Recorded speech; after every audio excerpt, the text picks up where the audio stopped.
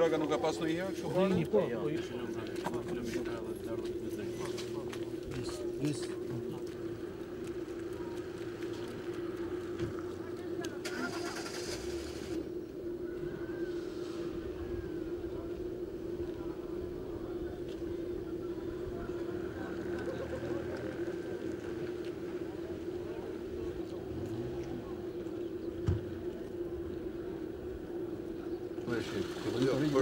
Jo, ka filluar rënja, pjesët e lartë janë ullur e 50 cm, nëse s'do kemi re. Këtë kohë do të evaluojmë. Po një vend po bie. Po sipas kryetarit pjesa shtypën në konsiderat. Bëjmë ç'është mundur që këtë ta pastrojmë. Kryetari ka paraqitur edhe një projekt para një vit. Është vani më kritik. Sa shkon të nxjerrë?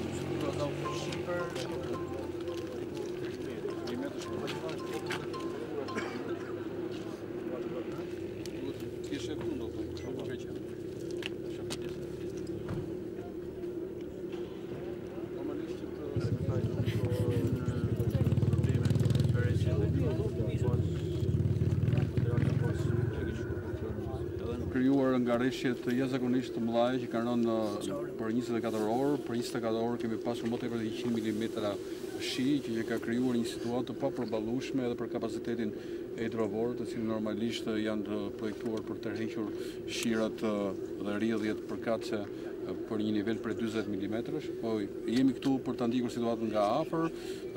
Hidrovorët janë në kapacitet plot, po kështu dhe kanalet e parë dyta, po këtu kemi disa probleme të trashëguara. Jemi këtu pikërisht në zonën e Dajqit, në Zadrim, dhe shikoni që këtu si rezultat i mungesës së investimeve për gati për 25 vitesh në argjinaturat, në brigjet e lumit, kemi mungesë të lëvizjes normale të ujërave, dhe kjo padyshim është një ndërhyrje që kërkon kohë, energji dhe mjete, po natyrisht dhe financa, por do të jetë në qendër vëmendjes tonë në këtë vit, edhe me çeljen e buxhetit të ri, do synojmë që këto 12 kilometra të lumit në të dy brigjet të pastrohen në mënyrë që uji të evadohet. Po padyshim ndërhyrjet janë edhe më komplekse se kaq, sepse presupozohet që ndërhyrjet të jenë në të gjithë bazenin, edhe në Drin, në mënyrë që të kemi disiplinim dhe lëvizje të ujëra. Po fillimisht të fillojmë në këtë zonë në mënyrë që uji të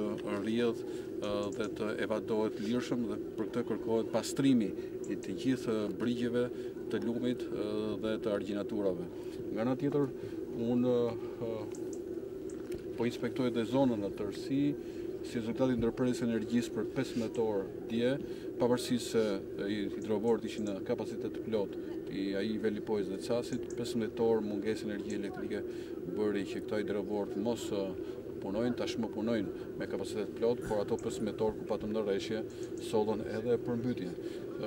I bëj apel natyrisht të Keshit dhe organeve që merren pikërisht me furnizimin me energji elektrike të hidrovorëve, që hidrovorët të pajisin me linja të dedikuara dhe të mos lidhen me rrjetin e banesave, sepse kjo bën që ata të jenë gjithmonë peng i defekteve që krijohen nga defektet elektrike të banesave, të pajisin me linjë elektrike të dedikuar në mënyrë që të punojnë 24 orë në 24 orë. Të merren masë me njëherë, sepse padyshim ne do kemi rreshje edhe në ditët në vazhdim.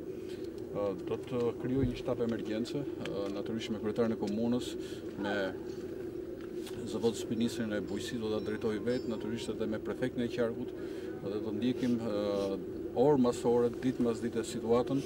Kryesore për ne është që të shmangim dëmet në njerëz, në bakti dhe në ushqim, dhe padyshim të dalin përpara çdo situate të papritur.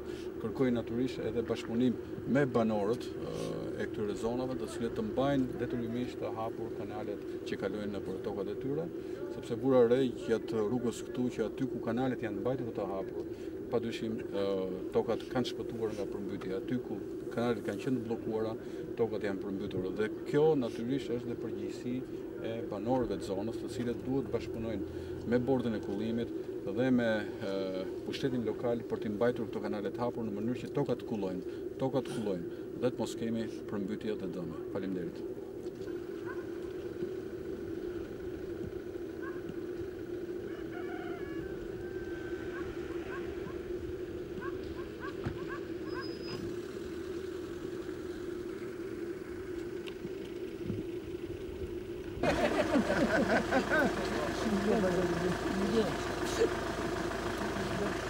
Drejnë që ashtu, që bërë me zojtë me gamshin, për pasarën to, ashtu piku të rikë. Por kështu është këtë sot. Ashtë batë gëmë, ashtë batë njështë, ashtë batë